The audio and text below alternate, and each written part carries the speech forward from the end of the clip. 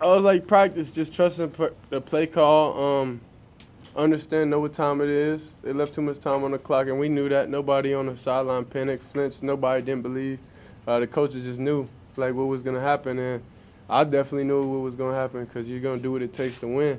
But they simply left too much time on the clock, and you know what mode we went? We went Brady mode / legendary mode. Did it just kind of feel like it was his time? Now we got a lot of great receivers, even some of the players I wasn't able to get on the field today. So it's just about who's going and whose day it is. They rotate a lot, and we all know they're going to double team Xavier Weaver. That's to try to take him out the game. So it's just the next guy got to step up and be active on that backside. Shedeur, late in the third quarter, you had a driver, you got sacked again, and you were sitting off by yourself. The whole defensive series kind of looked like in thought, frustrated. Came back out the next drive, you led a touchdown. What was kind of going through your mind when you're sitting there on the bench? Nah, it was just like really just taking accountability of what's going on in the game. You know, I'm holding the ball a little bit too long, not really going through everything, not basically playing perfect. So that's all it was. And then I'm on the sideline frustrated, and it's like, it's time. You know, it's time to do whatever it takes to win. And by any means, you could take matters in your own hands. You got the will, you got it inside of you. And you know the ins and outs of their defense and to make them dictate and do one thing. So their DC had a great game plan versus us. They did a pretty good job going to the ball, covering our guys. But at that point, it was, okay, cool. Let's go legendary mode. Let's lock in. Let's do it. You looked like that on that drive. I mean, what was going through your mind in that drive? Was it just that? It was like, we're not losing this football game? Yeah, like it's just something that kicks in like whenever it's because that losing's just not in me, you know? So it's like if we got a chance, we're gonna win. You know what I'm saying? Like if it's not too late in the game, we're gonna win. So it's just understanding what's at stake, understanding what's going on, understanding the pros, the cons, on what we're doing, what we're not doing good, what we're doing good, and you know, really taking over and taking control.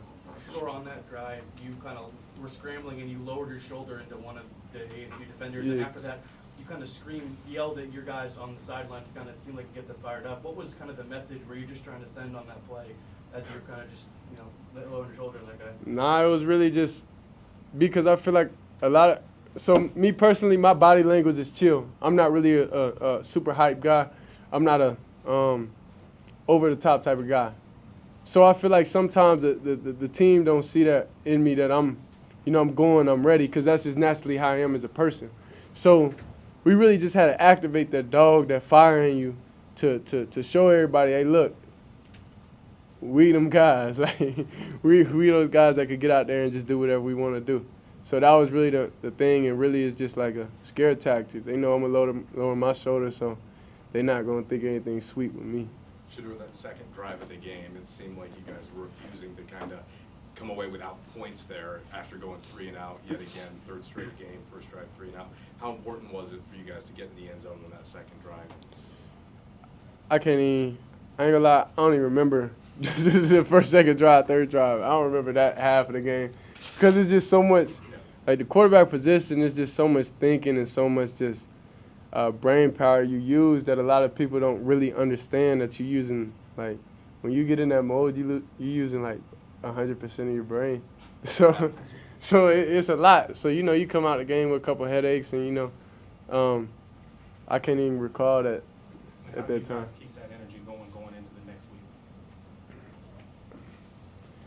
I mean, it's repetitive. We know it's the problem, so we just got to find a solution.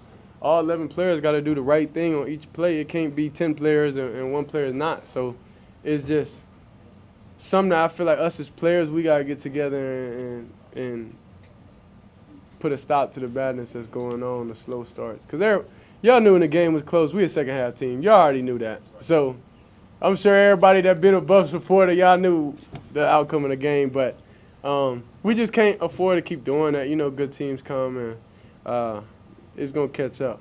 Last So. question. Thank you. Greg Moore, Arizona Republic. Congratulations on the win. Nice to meet you. Was there a message before the final drive from your father? He's a relentlessly positive guy. Was there something that he said to you ahead of that last drive, or was there something that was maybe ringing in your ear that he said throughout the week? Nah, it ain't. Pops don't even talk to me that much during the game, you know. He lets me be me because, you know, I've been living with him my whole life. So it's like he can tell me anything I haven't heard before. So it's really, I just look down the sideline, just seeing everybody body language, the coaches and everybody, and they knew what time it was. So it was just like, it was a perfect time. Legendary. Thank you. Perfect timing, man. New song coming out, man. Y'all subscribe. You too.